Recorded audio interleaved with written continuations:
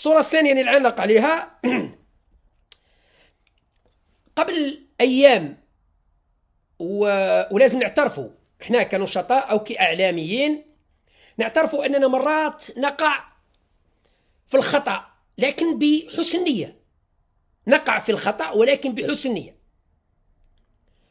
لأننا نعلق على صور أو منشورات أو مواضيع منتشرة بشكل واسع في وسائل التواصل الاجتماعي. قبل أسبوع تقريبا أنا تكلمت على دار الثقافة أو نظن قاعة السينما في بسكرة، لأني قريت مقال طويل وعريض في مجلة أو في جريدة يقول المقال أنه تم تحويل قاعة سينما إلى مطعم مدرسي. قاعة سينما قديمة تم تهديمها وتحويلها إلى مطعم مدرسي.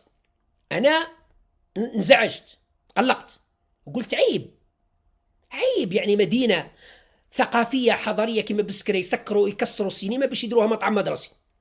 وكنت زعفان بصراحة، ووجهت اللوم لمدير الثقافة في بسكرة ولمدير التربية في بسكرة ولكل مسؤولين رئيس البلدية وكل شيء، بالرغم من أن قاعات السينما تحت وصاية البلدية وليس ثقافة.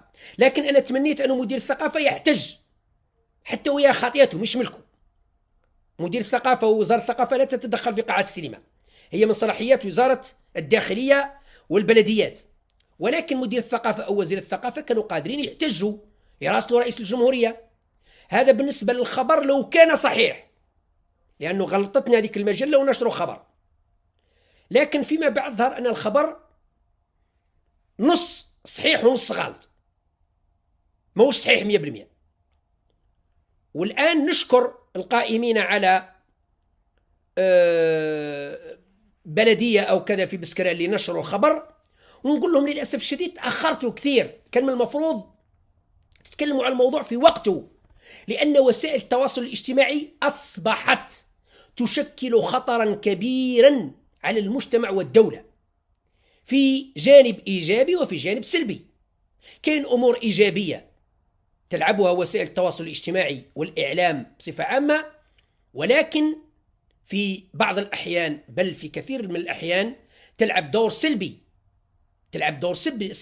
تهيج المجتمع، تغلط المجتمع، تزور الحقيقة.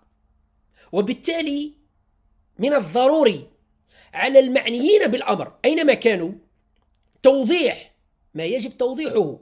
كان من المفروض بلدية بسكرة تتكلم، تدير بيان صحفي وتقال حبس، ويتابعوا حتى صاحب الجريدة أو المجلة قضائيا، أو على الأقل قبل ما يتابعوه قضائيا يطالبوه بحق الرد وتصحيح ما يمكن تصحيحه.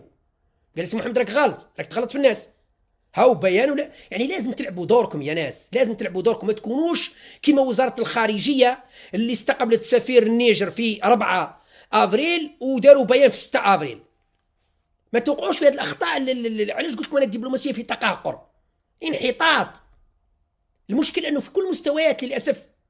إذن الصحيح في بسكرة هو التالي: بلدية بسكرة اليوم نشروا الخبر عنده 4 سوايع، يقول لك الأحد 7/4/2024 حرصا على توفير الوجبة الساخنة لتلاميذ الطور الابتدائي، وبمبادرة من رئيس المجلس الشعبي البلدي لبلدية بسكرة تم استغلال أحد قاعات الأطلس، يعني سينما الأطلس، كقاعة إطعام للتلاميذ أو لتلاميذ الابتدائية نصري محمد، علما أن هذه القاعة كانت غير مستغلة، سخرت لفائدة أبنائنا، وتم تجهيزها من طرف مصالح البلدية بكل التجهيزات الضرورية للإطعام المدرسي، وتم افتتاحها في جو بهيج وفرحة لدى التلاميذ والطاقم التربوي. وحضر الافتتاح مفتش التغذية المدرسية والمكلفين بتسيير المطاعم البلدية.